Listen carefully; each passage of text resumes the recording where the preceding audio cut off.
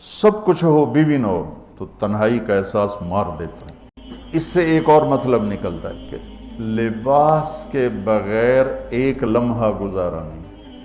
سارا دن پانی نہیں پیتے ہیں نا، اب میں بیان میں پانی پی رہا ہوں، کیونکہ 16 گھنٹے تو گزارے ہیں نا، پانی نہیں پیا، کھانا نہیں کھایا، 16 سیکنڈ لباس کے بغیر گزار سکتے ہیں؟ کوئی بھی کمرے میں نہ ہو، تم تنہا ہو، تم کپڑے اتارو تو تم اپنے آپ کو عجیب فیل کرو گے، تم خود اپنے آپ کو چادر میں چھپانے کی کوشش کرو گے۔ ان لباس ایک ایسی زبردست ضرورت ہے بلا دلیل کہ تم تنہا کمرے میں بھی کپڑے اتارو تو تم اپنے آپ کو عجیب سا محسوس کرتے ہو۔ اس سے پتہ چلا کہ بیوی کے بغیر کوئی زندگی نہیں ہے اور خامد کے بغیر عورت کی کوئی زندگی نہیں ہے۔ یہ ہمارا بدبخت معاشرہ ہندی کہ کسی بچی کو طلاق ہو جائے وہ گل سڑ کے مر جاتی، اس کی شادی نہیں ہوتی۔ کوئی جوان بچی بیوہ ہو جائے وہ سسک کے مر جاتی، اس کی شادی نہیں ہوتی۔ کوئی 40-50 سال کا ہو جائے مرد، اس کی بیوی مر جائے، کوئی اس کو لڑکی دینے کے لیے تیار کوئی نہیں۔ اور لباس کا لفظ بتاتا ہے کہ شادی کے بغیر انسان ننگا ہے، اور ننگے انسان کا کوئی کہیں بھی گزارا نہیں ہے۔ لفظ لباس بتاتا ہے کہ ہم اس چیز کو رواج دیں کہ شادیاں ہوں، بیوہ کی شادی ہو، مطلقہ کی شادی ہو، کوئی کس کی بیوی مر جاتی ہے۔ حضرت ابن مسعود کا فرمان ہے اگر میری موت میں 10 دن باقی ہوں تو بھی میں شادی کر لوں گا اگر میری بیوی مر جائے تو۔ ابو ہریرہ کہتے ہیں اگر میری زندگی میں 7 دن باقی ہوں اور میری بیوی مر جائے تو میں 1 ہفتہ بھی شادی کے بغیر نہیں رہوں گا، میں شادی کر لوں گا۔ تو ہم ایک ہندی معاشرے سے متاثر ہیں جہاں بیوہ کی کوئی سنوائی نہیں، مطلقہ کی کوئی سنوائی نہیں، اور کوئی جوان بھی 2-4 بچے ہیں اور بیوی مر جائے تو اس کی کوئی شادی نہیں ہے، وہ سسک کے وہ بلک کے زندگی گزارتے ہیں۔ ہم لوگ اس کو رواج دیں۔ لباس، لفظ لباس بتا رہا ہے کہ جیسے لباس کے بغیر ایک لمحہ آدمی چین سے نہیں بیٹھ سکتا، ایسے ہی اس رشتے کے بغیر زندگی میں کوئی خوبصورتی نہیں، کوئی حسن نہیں ہے۔ میں نے جیسے کہا لباس سب سے قریب ہے، تو اس کے بعد بیوی کا حق سب سے پہلے آ جاتا ہے۔ ماں باپ کی طرف سے زیادتی آئے تو تمہارے ذمہ ہے اپنی بیوی کو بچاؤ، اللہ کے واسطے اپنی بیویوں کی حفاظت کرو۔ ہاں تمہاری بیوی کی طرف سے زیادتی آئے تو اللہ کے واسطے ماں باپ کی حفاظت کرو۔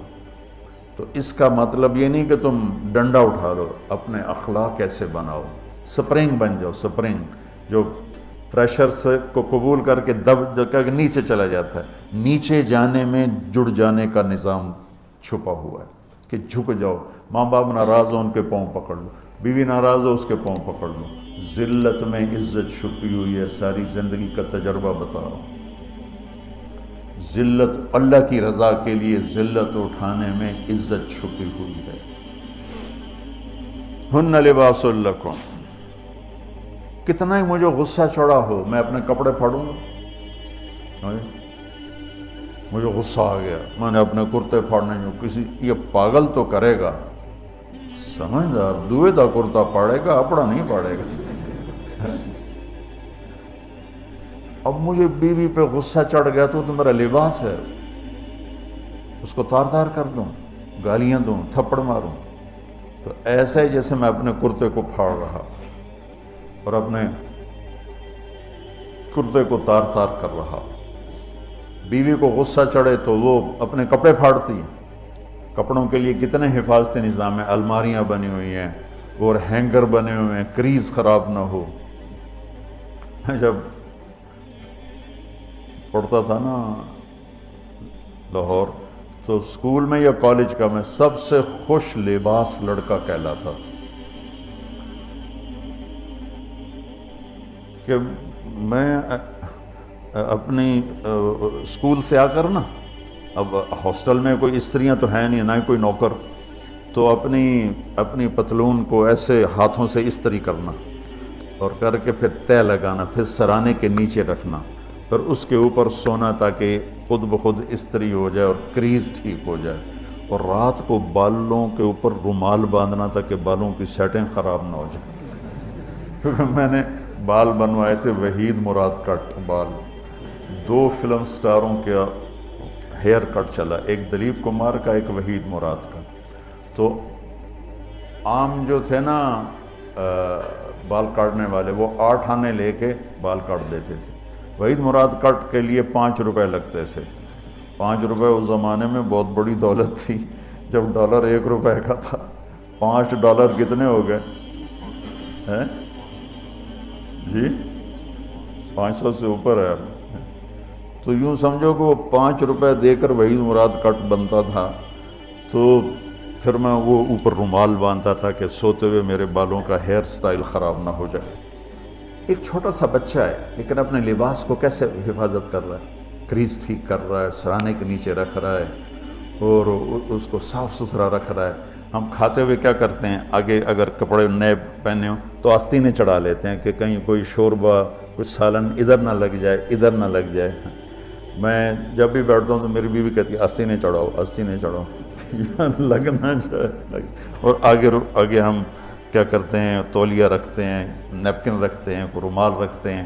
بڑے بڑے ہوٹلوں میں جاؤ تو پہلے وہ ساتھ رکھا ہوتا ہے کہ کوئی کھانے کا ذرہ گرے، سالن کا کوئی قطرہ گرے تو آپ کے کپڑے خراب نہ ہوں۔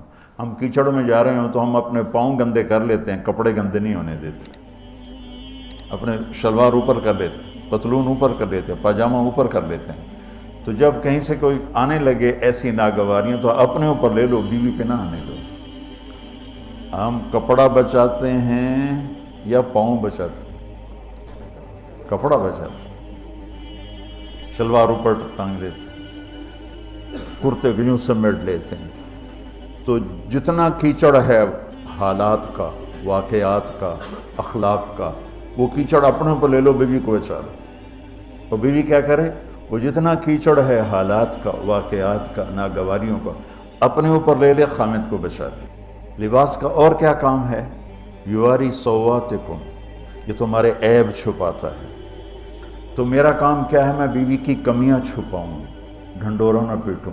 بیوی کا کام کیا ہے، خامد کی کمیاں چھپائے، ڈھنڈورا نہ پیٹے۔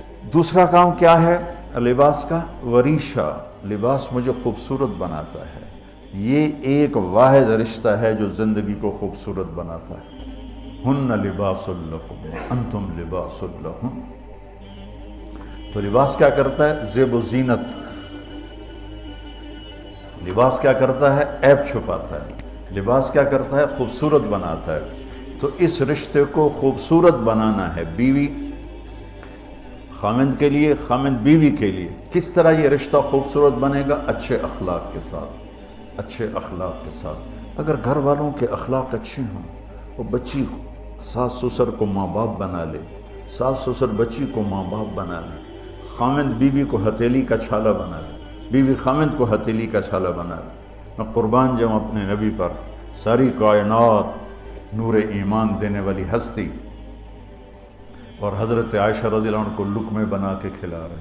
حضرت عائشہ رضی اللہ عنہ وہ بڑی بڑی بوٹیاں ہوتی تھیں نا، وہ اٹھا کے ایسے نوچتیں اور پھر رکھ دیتیں، روٹی کا ٹکڑا اٹھاتی۔ میرے نبی وہی بوٹی اٹھاتے جہاں حضرت عائشہ نے نوچا ہوتا تھا، وہیں دکھا کے کرتے تھے، ان کی محبت کو لینے کے لیے اور ہمیں سکھانے کے۔ حضرت عائشہ گلاس اٹھاتی، وہ بڑے بڑے ہوتے تھے، اب تو یہ چھوٹے چھوٹے گلاس ہیں۔ بخل کا زمانہ آ گیا، پانی بھی تھوڑا دیں دیں۔ ہمارے دیہات کا کلچر تھا، اب تو مٹ گیا ہے، مہمان ہی کوئی نہیں ہوتے۔ جب کچی سڑکیں ہوتی تھیں اور ذرائع نہیں تھے تو بہت سے مسافر ہمارے ڈیروں میں آ کے رات گزارتے تھے، ہماری پہچان والے نہیں، اجنبی راہگیر، اور کوئی پہچان والے بھی، لیکن جو بھی تھے، کوئی اپنے ہیں، پہچان والے ہیں، دوست ہیں، مسافر راہگیر ہیں، ان کو رات کو کھانے کے بعد دودھ پلانا یہ ہماری تہذیب تھی کہ جتنے بھی ہیں دیرے میں، 15 ہیں، 20 ہیں، 1 ہے، جاؤ بھائی روٹی کھا لی، ہاں دودھ پلاؤ سارے ہیں۔ جانور بہت زیادہ ہوتے تھے، کھیتی باڑی کم ہوتی تھی، دودھ وافر ہوتا تھا۔ وہ گلاس اتنے بڑے بڑے ہوتے تھے، 3 پاؤ کا گلاس ہوتا تھا۔ تو ایک ہمارے دادے کے زمانے کا نا چاچا لال سنپال، وہ آ گیا دیرے میں، نوکر گیا دودھ پلانے، تو گلاس کو دیکھ کے نوکر سے کہندا پتر میں نہیں پیندا. اس کہا چاچا کیوں نہیں پینا؟ اس کہا دو تو ود پیواں تو بے غیرت بنا تے دو تے میرا گزارا نہیں جا میں نہیں پیندا. تو حضرت عائشہ رضی اللہ تعالیٰ عنہ گلاس اٹھاتی اور یہ پیا، یہ رکھا. میرے نبی اٹھاتے اور جہاں حضرت عائشہ کے ہونٹ لگے ہوتے تھے وہاں ہونٹ رکھ کے. یہ زندگی سکھائی ہے. یا عائشو، کیا محبت سے بولا عائشہ نے، یا عائشو. یہ عاشقانہ انداز ہے، محبوبانہ انداز ہے. یا حمیراء، عائشہ آؤ دوڑ لگائیں. عائشہ مجھے پتہ چل جاتا جب تو میرے اوپر ناراض ہوتی ہے. حضرت عائشہ نے کہا وہ کیسے؟ کہ جب تو میرے اوپر ناراض ہوتی ہے نا تو یہ نہیں کہتی مجھے رب محمد کی قسم، تو کہتی مجھے رب ابراہیم کی قسم. جب تو میرے اوپر راضی ہوتی ہے تو کہتی ہے مجھے رب محمد کی قسم، اور جب تو میرے اوپر ناراض ہوتی ہے تو کہتی مجھے رب ابراہیم کی قسم. کہ یا رسول اللہ صلی اللہ علیہ وسلم نام ہی آپ کا نہیں لیتی، میرا تو دل آپ پہ کیا، میری جان قربان ہے آپ پر. عرب کے ماحول میں اظہار عشق عیب تھا بیوی سے.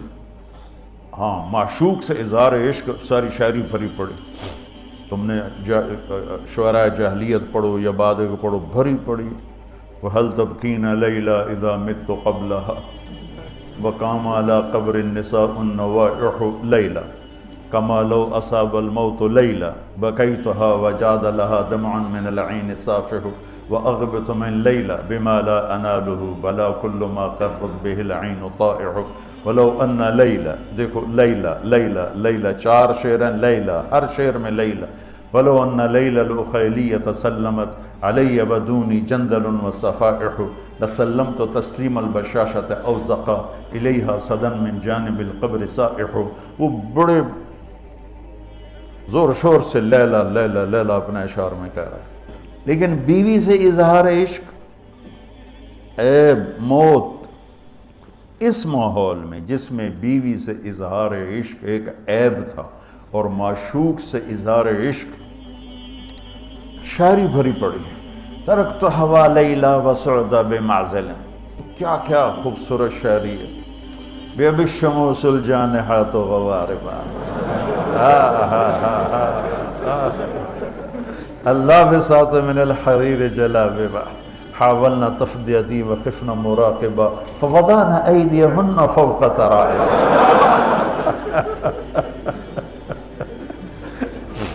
عرب کی شاعری بھری پڑی ہے عشق و معشوقی سے.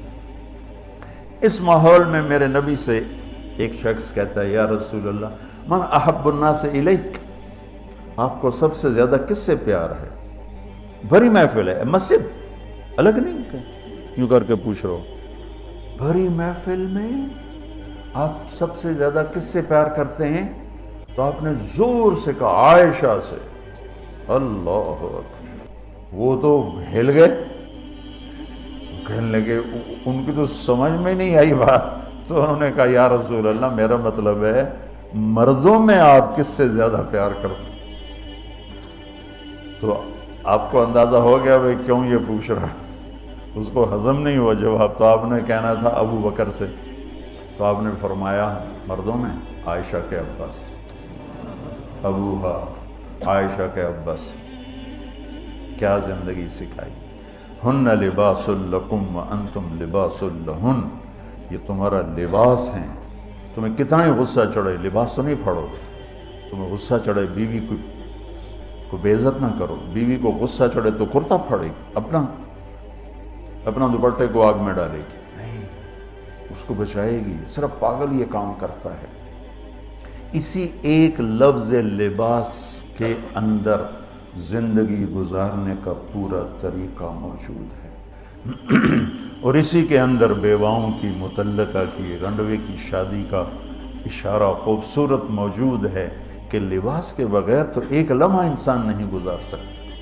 اس کو رواج دینا یہ ہماری ذمہ ہے، اور اپنے نبی کی معاشرت کو بتانا یہ ہماری ذمہ ہے. تو ان مسائل میں پڑ گئے جن کا نہ جنت سے تعلق ہے نہ جہنم سے تعلق ہے. الٹا وہ مسائل جس میں زیادہ اختلاف ہے اس میں زیادہ بولنا، زیادہ تقریریں کرنا، اس چیز نے ہمیں اپنی منزل سے بہت دور کر دیا، ہم کھو گئے ہیں، کہیں اور چلے گئے ہیں۔ اس عرب کے ماحول میں میرے نبی نے لباس بنا کے دکھایا۔ صفیہ رضی اللہ تعالیٰ عنہ چھوٹے قد کی تھی، اونٹ پہ سواری کے لیے وہ خود نہیں کر سکتی تھی، آپ نے اپنا گھٹنا آگے کر دیا، حضرت صفیہ نے آپ کے گھٹنے پر پاؤں رکھا اور اس کو زینہ بنا کے آپ نے ان کو اوپر چڑھایا، زینہ بنا کے۔